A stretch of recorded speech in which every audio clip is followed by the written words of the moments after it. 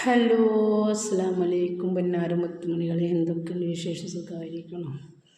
ഒരുപാട് സങ്കടങ്ങളും ദുഃഖങ്ങളും കൂടെ ഇങ്ങനെ കടന്നു പോയിക്കൊണ്ടിരിക്കുകയാണ് കേട്ടോ.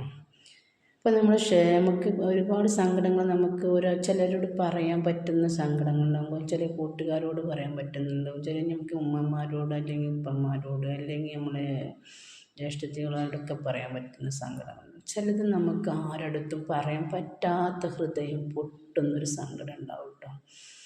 ആ ഒരു സങ്കടം വരുന്ന സമയത്ത് നമ്മൾ പറയുന്നത് നമ്മളെ ഹസ്ബൻഡിനോടായിരിക്കും. നമ്മൾ ഇങ്ങനൊരു വിഷയം ഉണ്ടല്ലോ, ഇങ്ങനെ സങ്കടം ഉണ്ട് എനിക്കെന്ന് പറയുമ്പോൾ അവരൊരു ചേർത്ത് പിടിക്കലുണ്ടല്ലോ.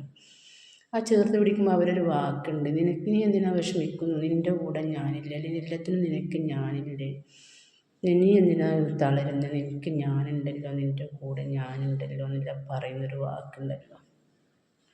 അതവരപ്പോൾ പറയുമ്പോൾ നമുക്ക് അവർ ജീവിച്ചിരിക്കുന്ന സമയത്ത് നമുക്ക് അതിൻ്റെ ഇമ്പോർട്ടൻ്റ് മനസ്സിലായില്ലെങ്കിലും ആ ഒരു നഷ്ടപ്പെടുന്ന സമയത്ത് നമുക്ക് അങ്ങനെ പറയാനൊരാളില്ല എന്നുള്ളൊരു വരുമ്പോഴാണ് നമുക്ക് മനസ്സിലാകുന്നത് അന്ന് പറഞ്ഞ വാക്ക് എത്ര നല്ലതായിരുന്നു. അവർ പറഞ്ഞ് അങ്ങനെ ചേർത്ത് പിടിക്കാൻ ഇന്ന് എനിക്കൊരാളില്ലല്ലോ എന്നുള്ളൊരു സങ്കടമുണ്ട് നമുക്ക് വരാൻ അവർ നഷ്ടപ്പെടുമ്പോൾ. അവർ വന്ന് പറയുമ്പോൾ നമുക്കത് ഒരു സന്തോഷമാണെങ്കിൽ അതിൻ്റെ ഇമ്പോർട്ടൻ്റ് മനസ്സിലാവില്ല.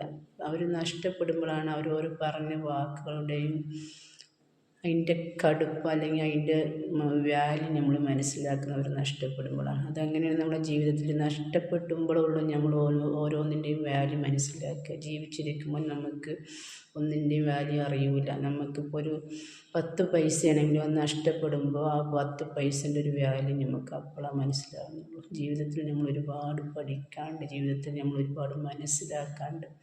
അതൊക്കെ മനസ്സിലാക്കണമെങ്കിൽ നമുക്ക് ഓരോന്നായിട്ട് നഷ്ടപ്പെടുമ്പോഴുള്ള നഷ്ടപ്പെട്ട സാധനത്തിൻ്റെ വില നമ്മൾ മനസ്സിലാക്കുകയുള്ളൂ എന്ന പോലെയാണ്